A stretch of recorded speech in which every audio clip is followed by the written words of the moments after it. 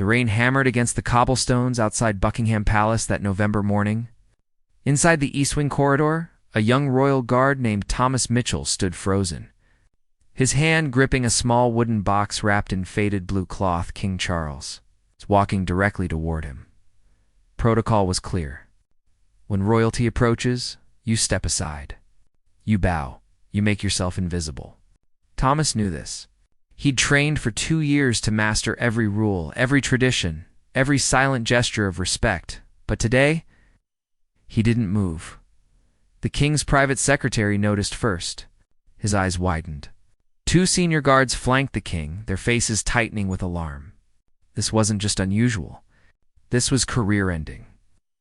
"Officer," the secretary's voice cut through the silence, sharp as glass. "Step aside." Thomas's heart pounded against his ribs. His uniform felt suddenly too tight. But his feet remained planted on that cold marble floor, the box clutched against his chest. King Charles slowed his pace. His expression was unreadable, but his eyes locked onto the young guard. The entire corridor seemed to hold its breath. "Your Majesty," Thomas began, his voice barely steady. "I apologize, but move now." Senior Guard's command was Eastgold. Before we continue, if you want to see how this impossible moment unfolds, make sure you're subscribed. This story will leave you stunned. Thomas had received the package 3 hours earlier. An elderly woman, fragile as autumn leaves, had appeared at the staff entrance. She wore a wool coat that had seen better decades and carried herself with quiet dignity despite the rain soaking through to her bones. "This must reach Princess Catherine," she'd whispered, pressing the box into Thomas's hands. "Only her. No one else. Promise me." Her eyes were urgent, almost desperate. They reminded Thomas of his own grandmother's eyes in her final days, when every word carried the weight of unfinished business. "I promise," he'd said, not knowing he was sealing his fate. The woman had smiled then, a sad, knowing smile. "You're a good boy. She'll understand why." Before Thomas could ask what she meant, the woman disappeared into the rain-soaked London morning. He tried to follow, but she vanished around the corner like smoke. Now, standing before the King of England, that promise felt like chains around his ankles.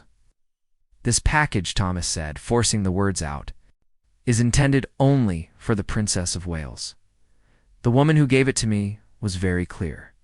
I gave my word." The king's expression shifted. Something flickered behind his eyes. Recognition? Curiosity? It was impossible to tell. "Do you understand what you're doing?" The private secretary stepped forward. "This is His Majesty. You will move, or you will be removed." Thomas's throat went dry. He could see his entire future crumbling. The career he'd dreamed of since childhood. The pride in his father's eyes when he joined the Guard. All of it gone. But he thought of the old woman's desperate eyes, the weight of her trust. He didn't move. The king raised one hand, stopping his secretary mid-reach. The gesture was small, but absolute. Everyone froze. "What's your name, officer?" King Charles asked. His voice was quieter than expected, almost gentle. "Thomas Mitchell, Your Majesty. This woman who gave you the package. What did she look like?" Thomas described her. The gray hair pinned carefully beneath a rain-soaked scarf. The worn wool coat with the missing button. The way her hands shook as she handed him the box. Not from cold, but from something deeper. As he spoke, he watched the king's face change. The color drained slightly. His jaw tightened. King Charles knew something. The corridor was so quiet. Oh. Thomas could hear the rain still drumming against distant windows. Could hear his own pulse thundering in his ears. "Show me the package," the king said softly.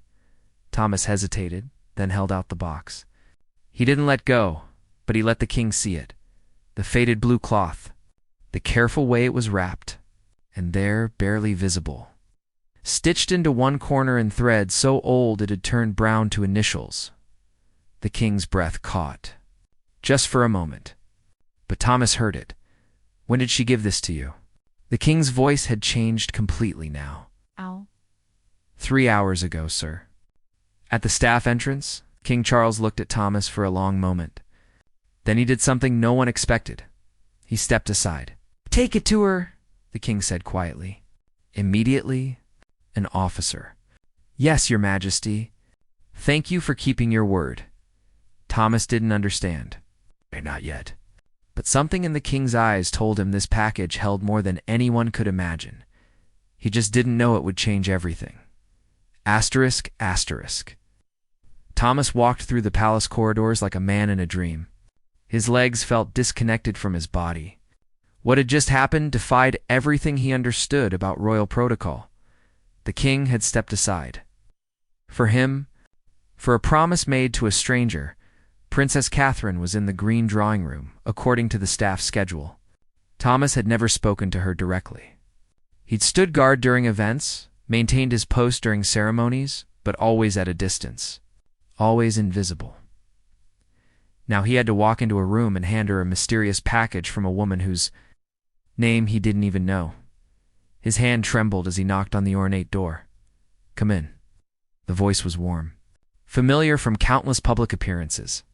But hearing it this close, this personal, made Thomas's chest tighten with nervousness.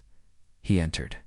Princess Catherine sat by the window, morning light spilling across her dark blue dress. She was reviewing documents, a pen in her hand, reading glasses perched on her nose. When she looked up, surprise crossed her face. "I'm sorry to disturb you, Your Royal Highness," Thomas began. His voice sounded strange in his own ears. "I have a package for you." She set down her pen. A package. A woman came to the staff entrance this morning. She was very insistent that this reach only you. Thomas stepped forward, extending the cloth-wrapped box. Catherine's eyes moved to the package. Then her entire expression changed. She stood so quickly her chair scraped against the floor. The papers on her desk fluttered. Forgotten. Where is she? Catherine's voice was urgent now, nothing like the calm composure she showed the world. The woman. Where is she now? I don't know, ma'am. She left immediately after giving this to me. She disappeared into the rain. Catherine took the box with both hands. Her fingers traced the faded blue cloth, then found the initials stitched in the corner. Her breath caught. Thomas watched her face transform. Recognition. Shock. And then something that looked heartbreakingly like grief. "That's impossible," Catherine whispered. "She can't. She wouldn't." Her hands shook as she unwrapped the cloth. Layer by layer, the blue fabric fell away. Inside was a simple wooden box, old and worn, the kind passed down through generations. Catherine lifted the lid. Thomas couldn't see what was inside from where he stood, but he saw Catherine's reaction. Her hand flew to her mouth. Tears spilled down her cheeks instantly, without warning, without the careful control she maintained in every public moment. "Oh my God," she breathed. How did she? She sank back into her chair, the box cradled in her lap like something infinitely precious. For a long moment, she just stared at whatever lay inside, tears streaming silently down her face. Thomas stood awkwardly, unsure whether to leave or stay. He'd never seen this side of royalty, the raw, unguarded humanity of it. "The woman," Catherine finally said, not looking up. "Describe her, please. Everything you remember," Thomas told her. The gray hair, the old coat with the missing button, the way she'd smiled sadly when he promised to deliver the package.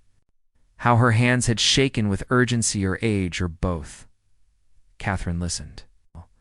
Tears still falling, her fingers touching something inside the box with infinite tenderness.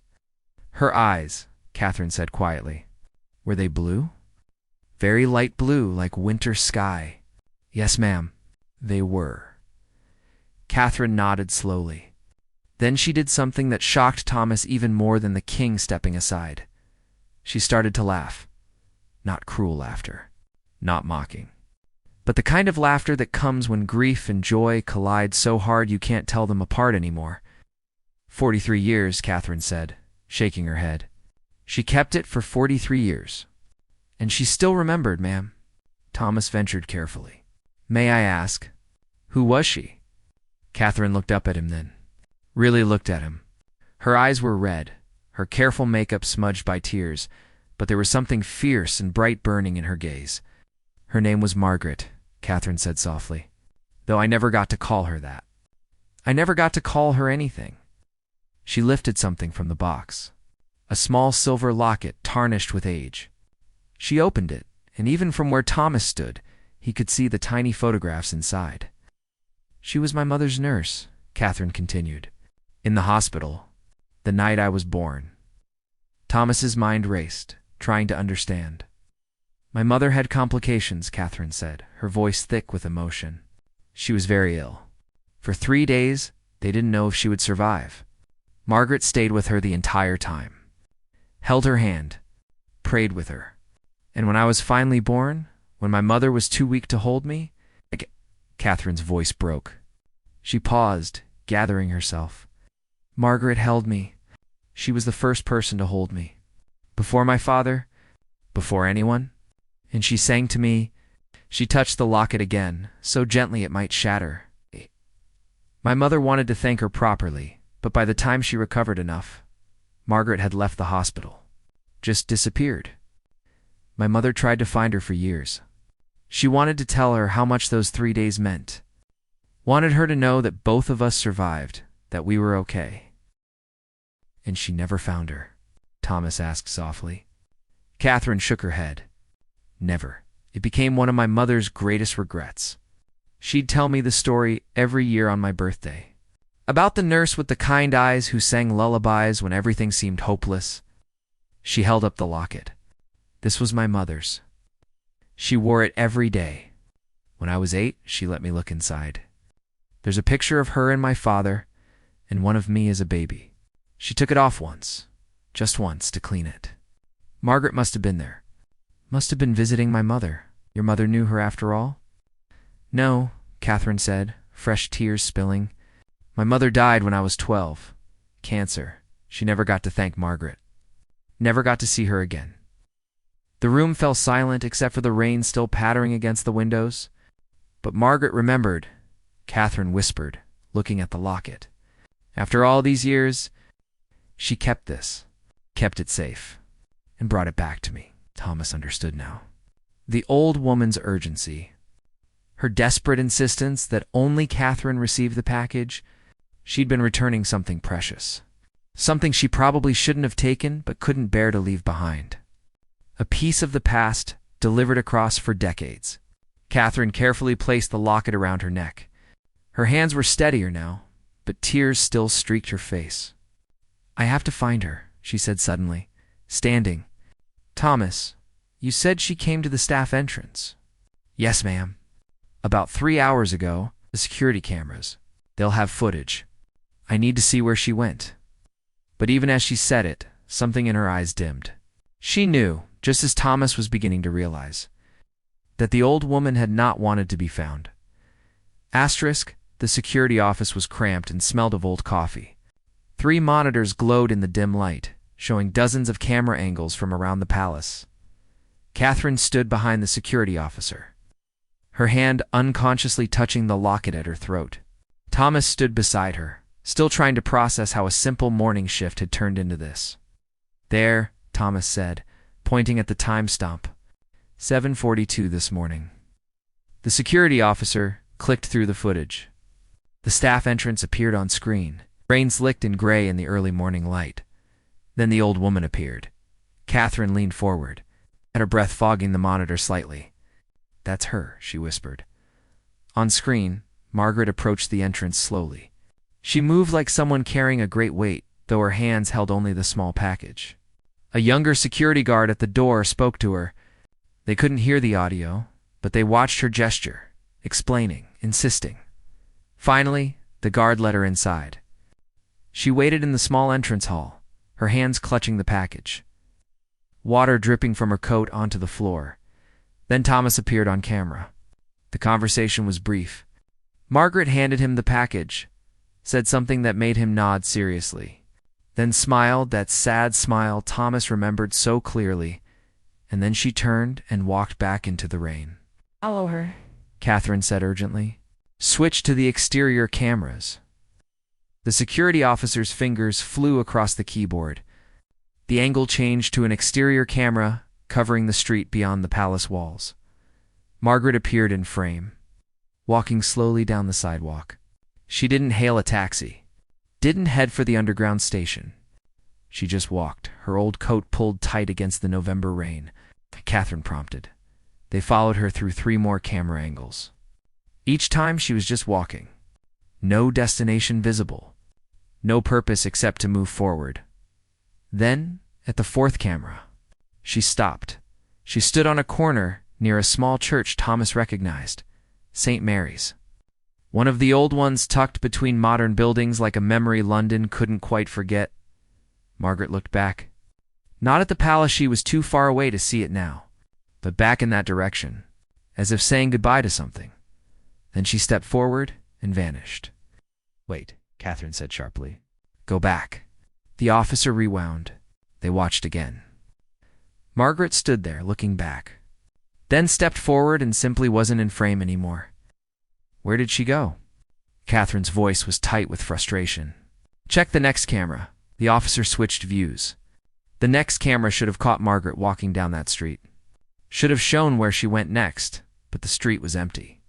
Rain and gray morning light and no one there at all. "That's impossible," the officer muttered. She had to go somewhere. People don't just disappear, but they watched the footage 3 more times, and each time the result was the same. Margaret stepped out of one camera's view, never appeared in the next. Catherine's hand gripped the back of the security officer's chair. Her knuckles were white. "The church," she said quietly. "She must have gone into the church." "I can call St. Mary's," the officer offered. "Ask if anyone saw her." "No." Catherine's voice was firm. "I'll go myself." Thomas opened his mouth to protest. Royalty didn't just wander into random churches without security, without planning, but the look in Catherine's eyes stopped him. "Officer Mitchell," she said, turning to him, "you made a promise to that woman. You kept it, even when it might have cost you everything. Will you help me keep mine?" "Your promise, ma'am?" "To find her, to thank her, to tell her that my mother never forgot, that I never will." Thomas didn't hesitate. "Of course, Your Royal Highness." 20 minutes later, they stood outside St. Mary's. Catherine had changed into simpler clothes, a rain jacket covering her distinctive frame. Without the formal dress and the palace setting, she looked almost ordinary, almost. Thomas had been relieved of his post officially for the next 4 hours. A senior officer had asked no questions, just nodded when Thomas explained the princess needed assistance with a personal matter. The church was old, its stone walls dark with centuries of London weather. Inside, it was quiet and dim. Candles flickering and red glass holders along the walls. Empty. They walked down the center aisle, their footsteps echoing on ancient stone. The air smelled of incense and old wood and rain carried in on coats and shoes. "Hello?" Catherine called softly. No answer. They checked the side chapels, the small office in the back, even the basement where folding chairs were stacked for larger services. Nothing. No old woman. No sign anyone had been there at all. Catherine stood in the center of the church, turning slowly, as if the stones themselves might tell her where Margaret had gone. "She was real," Thomas said quietly. "I promise you, ma'am, she was real. I held the package she gave me. She spoke to me." "I know," Catherine said. But her voice was distant, lost. "I know she was real. But it's like she didn't want to be found. They left the church no closer to answers than when they'd arrived." The rain had softened to a mist, coating everything in a fine, cold dampness. Catherine pulled her jacket tighter and looked back at the old church. "My mother used to say that some people are meant to be angels. They appear exactly when you need them, do exactly what needs doing, then disappear before you can properly thank them." "You think Margaret was an angel?" Thomas asked carefully. Catherine smiled, sad but genuine. "No. I think she was a woman who did something kind 43 years ago and never forgot. Just like my mother never forgot her." They walked back toward the waiting car in silence. Thomas knew his part in this strange story was probably over. He'd delivered the package. He'd helped search. But this was Catherine's mystery to solve, if it could be solved at all. Then Catherine stopped so suddenly, Thomas nearly walked into her. "The box," she said. There was something else in the box. She pulled out her phone, opened her photos. She'd taken a picture of the box's contents before leaving the palace. The locket, yes, but beneath it a folded piece of paper. "I was so overwhelmed by the locket I didn't even look," Catherine said, zooming in on the photo. "There's writing on it." Even in the phone's small screen, Thomas could see the careful, old-fashioned handwriting. They rushed back to the palace. Catherine's private secretary raised her eyebrows at their hurried entrance, but Catherine waved her off with a quick explanation that satisfied no one. In the green drawing room, Catherine opened the box again with trembling fingers. She lifted out the locket. Then the folded paper beneath it was aged. The edges yellowed, but the writing was still clear. Margaret's handwriting, Thomas assumed. He watched Catherine's eyes move across the words, saw her expression shift from confusion to understanding to something deeper. "What does it say?" he asked softly. Catherine looked up at him, tears in her eyes again, but this time they were different. These were tears of wonder, not grief. "It's a letter," she said, "from my mother. To Margaret? She wrote it 2 weeks before she died." Thomas felt the air leave his lungs. "She knew she was dying," Catherine continued, her voice breaking. "And she wrote this letter, trying one last time to find Margaret, to thank her, to tell her—" Catherine paused, reading. "To tell her that the 3 days they spent together in that hospital were the most important days of her life." Catherine handed the letter to Thomas. He read it carefully, respectfully. The words were simple, but powerful. A mother's gratitude. A woman's acknowledgement of another woman's kindness, and at the end, an address. A request. If Margaret ever received this letter, would she please visit? Would she please let them say thank you properly? "Margaret never got this letter," Thomas said. "Your mother died before she could send it." "No," Catherine said softly. "Someone sent it. After my mother died, someone found it and sent it." She turned the envelope over. There, in different handwriting, was a short note, found among Carol's effects. "Sending to last known address. May it find you well. Sarah, Aunt Sarah," Catherine breathed. "My mother's sister." She must have found this letter and mailed it. "Margaret kept it," Thomas said. "All these years?" Along with the locket, they stood in silence. Two strangers brought together by an old woman's final act of love. Catherine read the letter again, her fingers tracing the words her mother had written over 3 decades ago. The paper was soft with age, creased from being folded and unfolded countless times. Margaret had read this letter often, Thomas realized. Had kept it close? "There has to be a way to find her," Catherine said, but her voice lacked conviction. "The hospital where she worked. Employment records. Something." Thomas hesitated. "Ma'am, if I may. I don't think she wants to be found." Catherine looked at him sharply. "What do you mean?" "The way she came to the palace this morning, alone, in the rain. How she insisted on giving me the package instead of using official channels. How she disappeared from the cameras." Thomas chose his words carefully. "I think she came to return what belonged to you, to fulfill a duty she'd carried for 43 years. But I don't think she came for thanks or recognition." "Then what did she come for?" "Closure," Thomas said softly. "For herself. And for your mother." Catherine sat down slowly, the letter still in her hands. "You're probably right," she whispered. "But it feels wrong. She gave us so much. My mother and me. And we can't even say thank you." "Your mother tried," Thomas pointed out. "This letter proves it." And Margaret knew. She read these words. She understood. Catherine nodded, but tears slipped down her cheeks anyway. "My mother would have wanted to do more. Would have wanted Margaret in our lives. As family, perhaps," Thomas said gently. "That's exactly why Margaret stayed away. Some gifts are meant to be given freely, without expectation of return." Before Catherine could respond, there was a knock at the door. Her private secretary entered, looking apologetic. "Your Royal Highness, I'm terribly sorry to interrupt, but His Majesty is asking for you. He says it's important." Catherine wiped her eyes quickly, composing herself with the practiced ease of someone who'd spent a lifetime managing public emotions. Of course.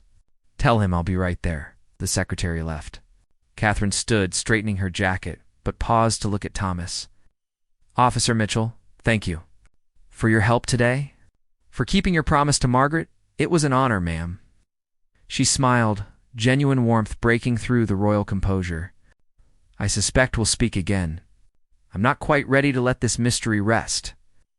After Catherine left, Thomas stood alone in the green drawing room. The rain had stopped, and thin sunlight was breaking through the clouds. Casting strange shadows across the ornate furniture, he should return to his post, file a report, resume his normal duties. But something bothered him. Something about Margaret's disappearance from the security cameras. About the way she'd looked back before vanishing. Thomas pulled out his phone and called his sister, Emily. She worked as a research librarian at the British Library. If anyone could help track down information about a nurse from 43 years ago, it was her. I need a favor, he said when she answered. And it's going to sound strange. 20 minutes later. Emily had accessed hospital employment records from 1983. It took another hour of searching, cross-referencing, and calling in favors from colleagues. But she found it. Margaret Davies. Registered nurse. Employed at St. Thomas Hospital from 1979 to 1985, but that's where the trail went cold. There's no record of her after 1985, Emily said over the phone. No employment, no tax records, no death certificate. It's like she just stopped existing. People don't just stop existing, Thomas said. No, Emily agreed. But sometimes they want to disappear. Go off-grid. Especially if they're running from something or trying to start over. Thomas thanked his sister and hung up. He stood in the palace corridor thinking. Then his phone buzzed. A text from an unknown number.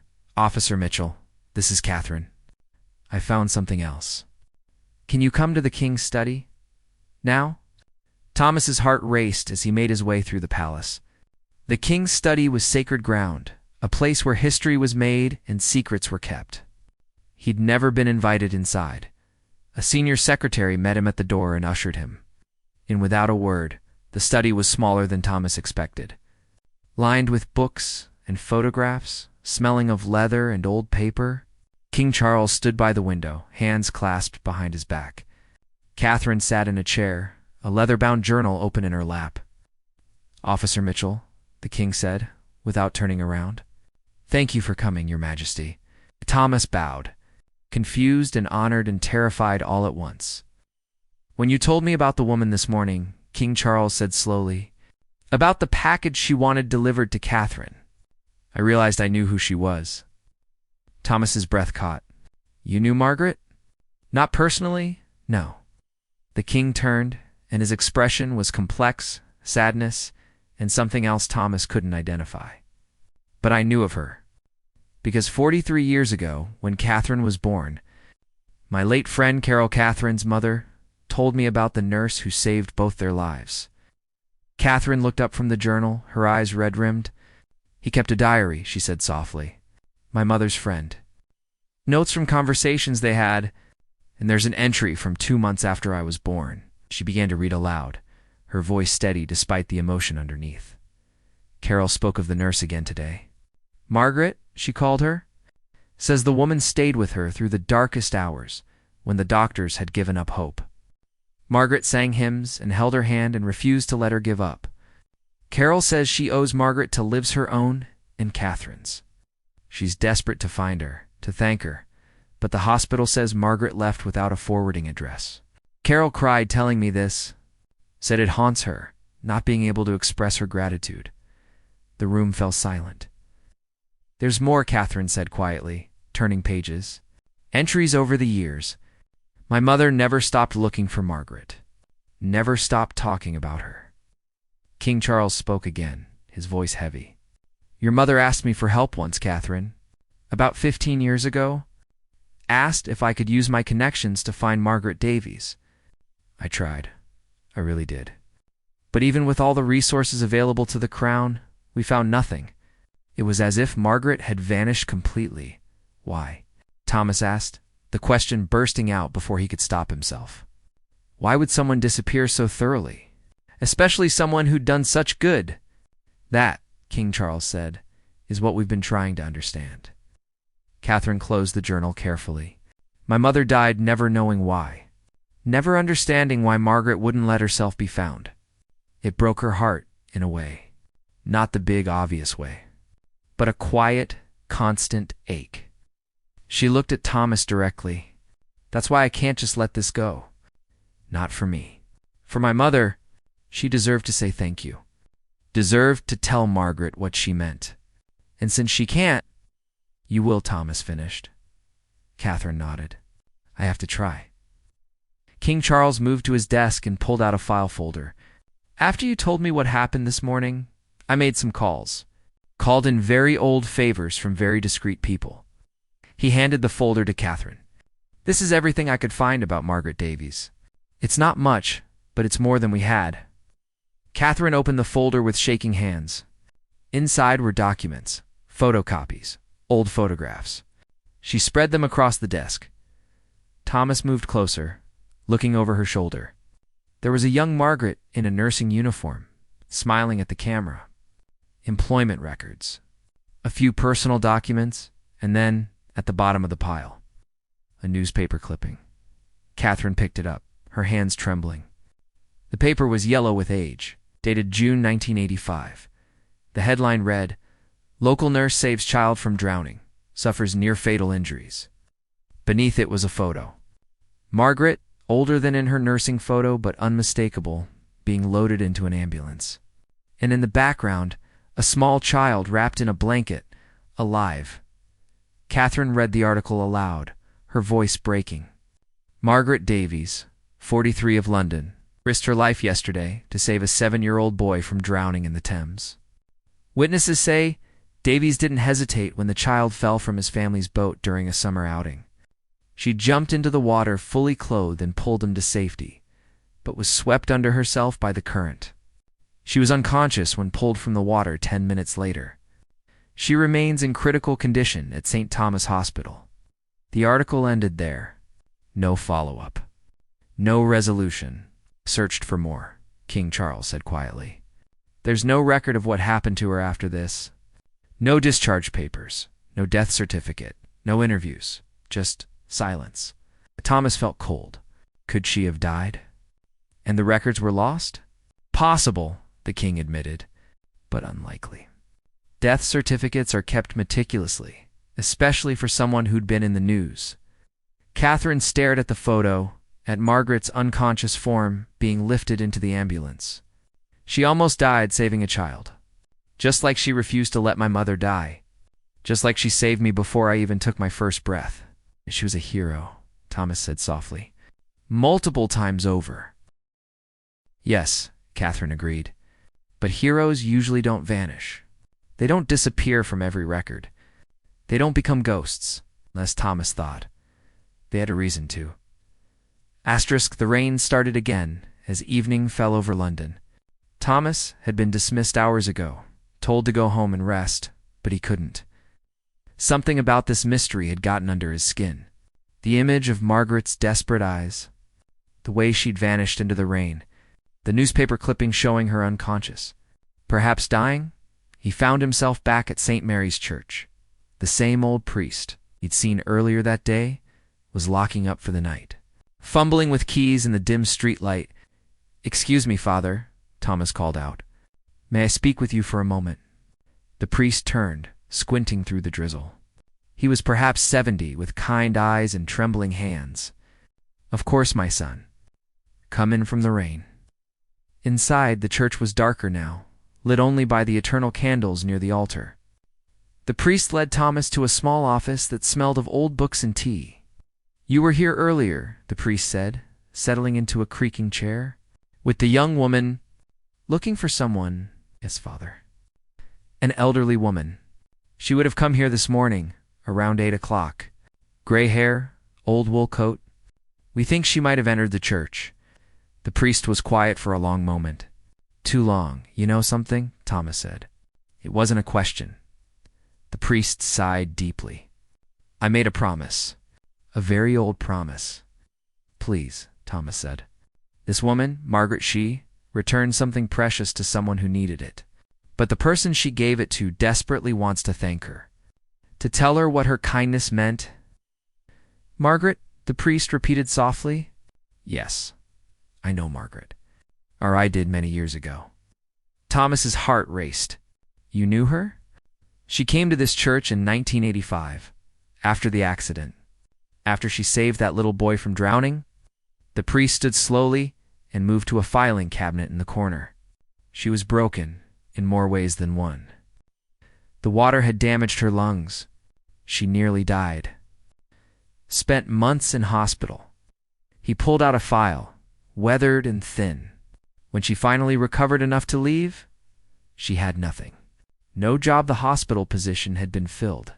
No home, she'd lost her flat while hospitalized. No family, she'd been alone her whole life." The priest opened the file, revealing a few documents and a photograph.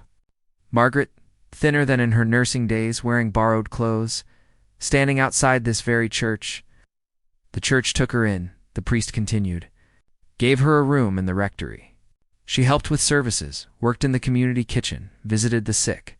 She was quiet, kind, never asked for anything." "Why didn't she go back to nursing?" Thomas asked. "The water damaged more than her lungs," the priest said sadly. "Her hands. The cold, the current, the time underwater. She developed severe arthritis. Couldn't perform the delicate tasks nursing required. It devastated her." Thomas thought of those shaking hands pressing the package into his own. Not just age, injury, pain. "She lived here for 30 years, the priest said. In that small room upstairs. Never complained. Never asked for recognition. Just lived a quiet life of service. Lived." Thomas caught the past tense. "Father, is she?" The priest's eyes were infinitely sad. 3 months ago, Margaret became very ill. Cancer advanced. She refused treatment. Said she'd lived a good life, saved the lives that mattered, and was ready." Thomas felt the world tilt. "She's gone? She died 6 weeks ago. Here, in her room, with me holding her hand. It was peaceful." The words hit Thomas like a physical blow. Margaret was dead. The woman who'd handed him the package this morning, who'd looked at him with those desperate, urgent eyes, who'd disappeared into the rain. "That's impossible," Thomas said. "Father, I saw her this morning. I spoke to her.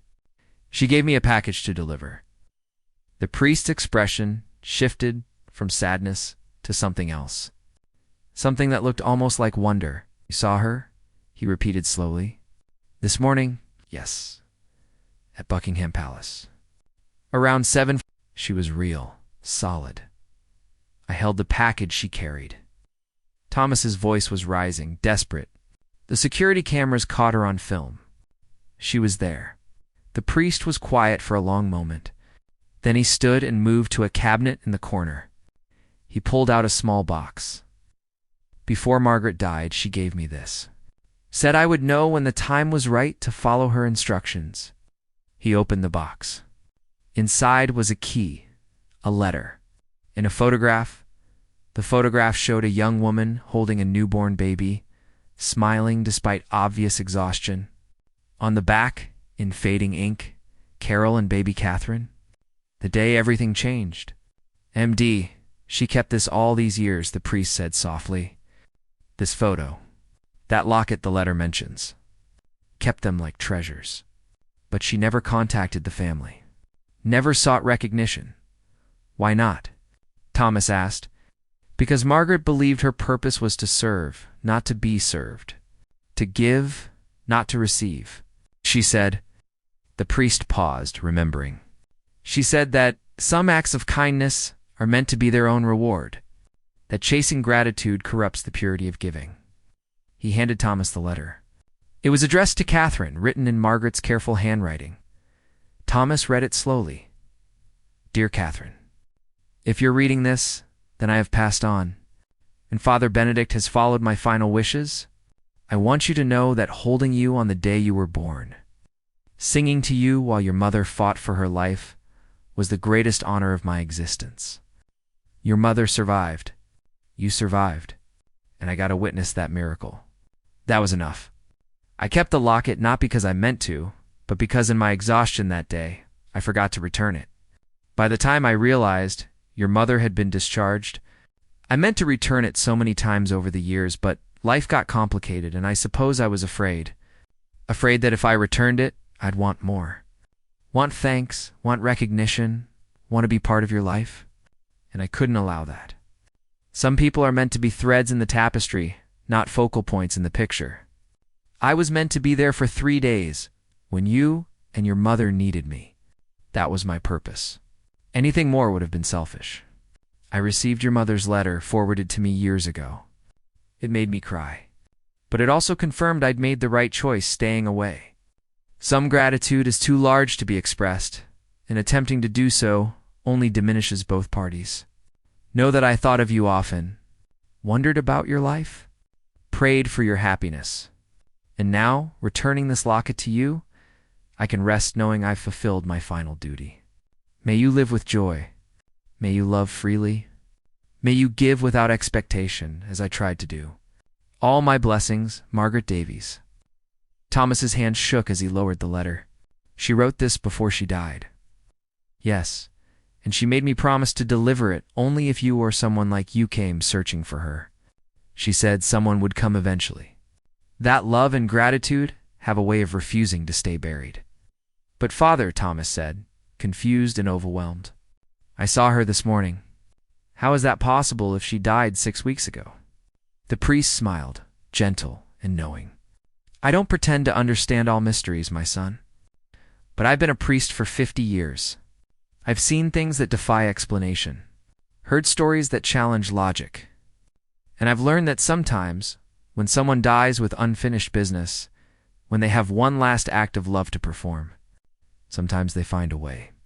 Thomas thought of Margaret disappearing from the security cameras, the way she'd looked back as if saying goodbye, the urgency in her eyes as if time was running out.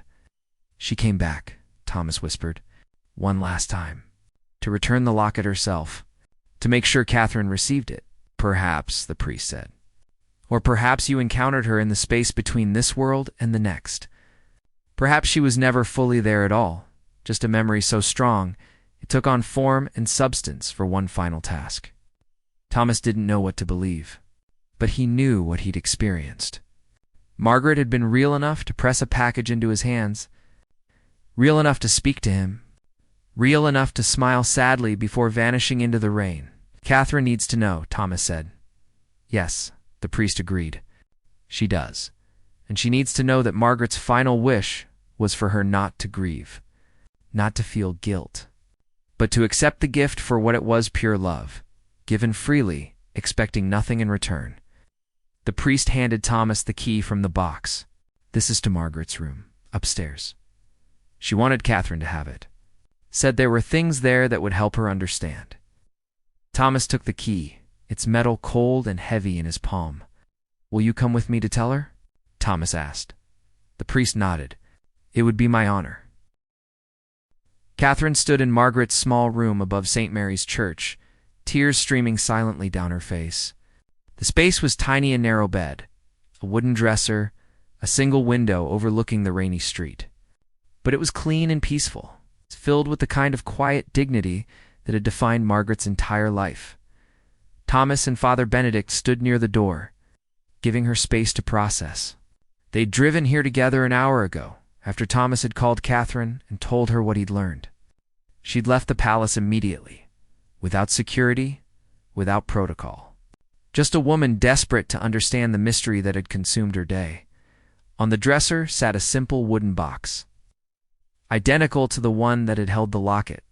Inside were treasures that spoke of Margaret's life, more photographs of newborn Catherine and her exhausted mother, newspaper clippings about the drowning rescue, letters from grateful patients, prayer cards worn soft with handling.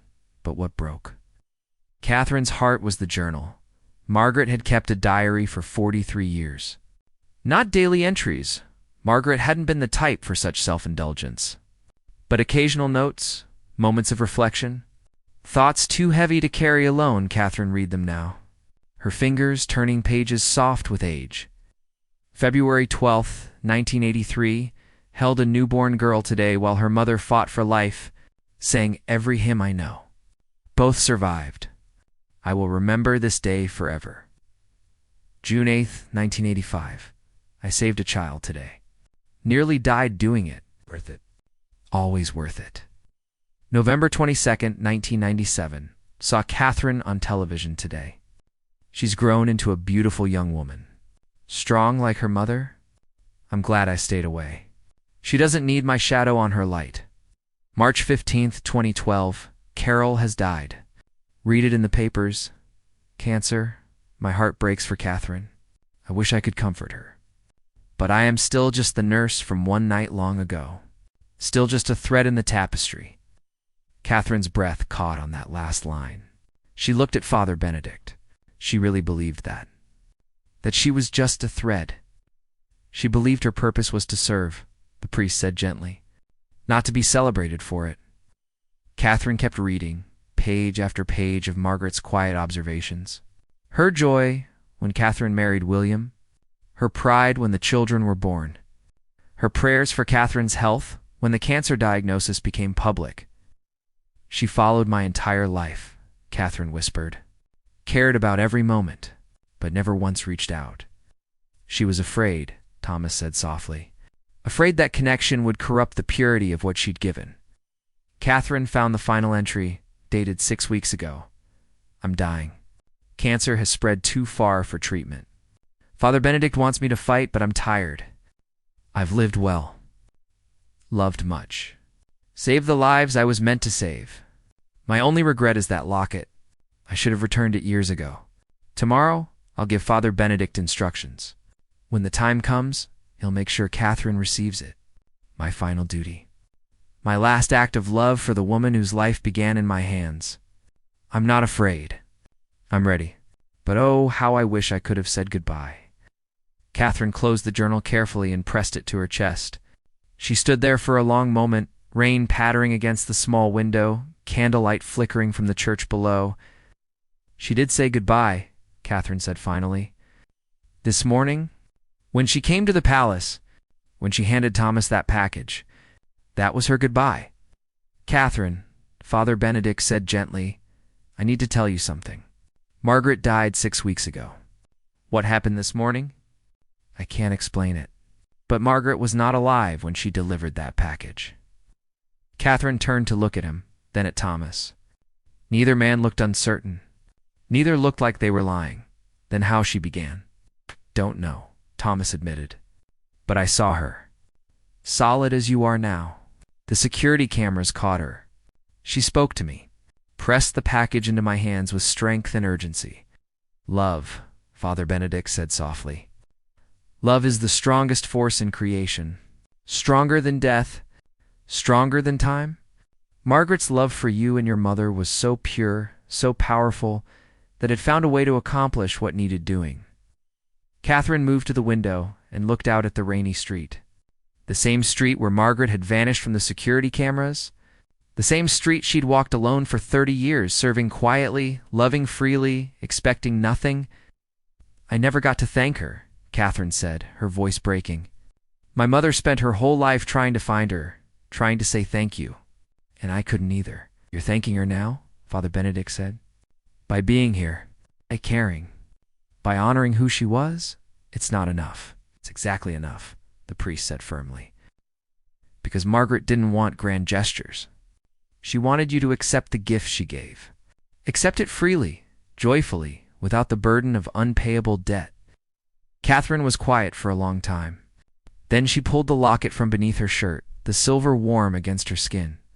This was my mother's, she said softly. The most precious thing she owned. And Margaret kept it safe for 43 years. Not because she wanted to keep it, but because returning it too soon might have created obligations she couldn't accept. She turned to face Thomas and the priest. Margaret gave my mother life. Gave me life. Saved a child from drowning at nearly the cost of her own life. Live 30 years in a single room, serving others, asking for nothing. And her final act was to cross between worlds to make sure I received this locket and understood what it meant. "What does it mean?" Thomas asked softly. Catherine smiled through her tears. "That love doesn't require recognition to be real. That service doesn't need applause to have value. That the purest gifts are given freely, expecting nothing in return." She looked at the journal still in her hands. "And that some people are extraordinary not because they seek greatness, but because they embrace their purpose, however small it seems, with absolute devotion." Father Benedict pulled an envelope from his pocket. "Before Margaret died, she asked me to give you this. Only if you came searching for her. Only if her letter wasn't enough to satisfy your questions." Catherine took the envelope with trembling hands. Inside was a single piece of paper. Final note in Margaret's careful script. "Dear Catherine, if you're reading this, you've come to my room. You've seen how I lived. You've read my journals. And you're probably crying, wanting to do something to honor me in some grand way. Please don't. Instead, I ask this. Live with joy. Love without reservation. Give without expectation. And when you hold your children, when you comfort someone in pain, when you have the chance to serve, think of me. And know that you're carrying forward the best of what I tried to be. That's the only memorial I need. That's the only thanks I want. You are loved. You are a blessing. You are exactly who your mother dreamed you'd become. Now go. Live fully. Love freely. And let this old nurse rest in peace, knowing her purpose was fulfilled. All my love, Margaret." Catherine folded the letter carefully and placed it back in the envelope. She stood in that small room for another moment, then made her decision. "Father Benedict, I'd like to fund a memorial for Margaret. Not a statue or a plaque, she wouldn't want that, but something that honors her life of service. A scholarship for nursing students, perhaps. Or a program to help those who've suffered injuries like hers." The priest smiled. She would have hated the attention, but she would have loved the impact. "The Margaret Davies' Foundation," Catherine said. "Supporting nurses who serve without recognition. Helping those who give without expectation. Carrying forward her legacy of quiet, powerful love." Thomas watched Catherine's face transform. The grief was still there, would probably always be there. But it was joined now by purpose, by understanding, by acceptance. "Officer Mitchell," Catherine said, turning to him. "Thank you. For keeping your promise to Margaret. For refusing to move when the king approached. For helping me find the truth. It was an honor, ma'am." "No," Catherine said firmly. "The honor was Margaret's. The honor is in living the way she lived. Serving the way she served. Loving the way she loved." She moved to the small bed and sat down. The same bed where Margaret had died 6 weeks ago. Where she'd lived for 30 years. Where she'd prayed and hoped and loved from a distance. "I'm going to come back here," Catherine said. "Every year on the anniversary of the day I was born, the day Margaret held me, the day everything changed, I'll sit in this room and remember her, and I'll try to live up to the gift she gave." Father Benedict nodded approvingly. She would like that. They left the room together as evening deepened into night. The rain had finally stopped, and stars were emerging through breaks in the clouds. London stretched out around them, millions of lives being lived. Millions of quiet acts of kindness being performed without recognition. Catherine paused outside the church, looking up at the small window of Margaret's room. "Do you think she's at peace now?" she asked. "Yes," Father Benedict said with certainty. "Her final duty is complete. Her final act of love delivered. She can rest." Thomas thought of Margaret's eyes that morning. The urgency. The determination. The love that had been powerful enough to cross between life and death for one final task. "She's more than at peace," he said softly. "She's home." Catherine nodded, touching the locket at her throat. Then she did something unexpected. She pulled it off and handed it to Father Benedict. "Will you keep this here? In her room? I'll visit it when I come. But I think it belongs where Margaret spent her final years, where her love was strongest." The priest took the locket gently. "Are you sure?" "I'm sure." The locket was never the real gift. The real gift was understanding what love looks like when it's pure, when it expects nothing, when it gives everything. They stood together outside St. Mary's Church, three people bound by an extraordinary woman's extraordinary love. Above them, Margaret's small window glowed softly with candlelight. Father Benedict had left burning.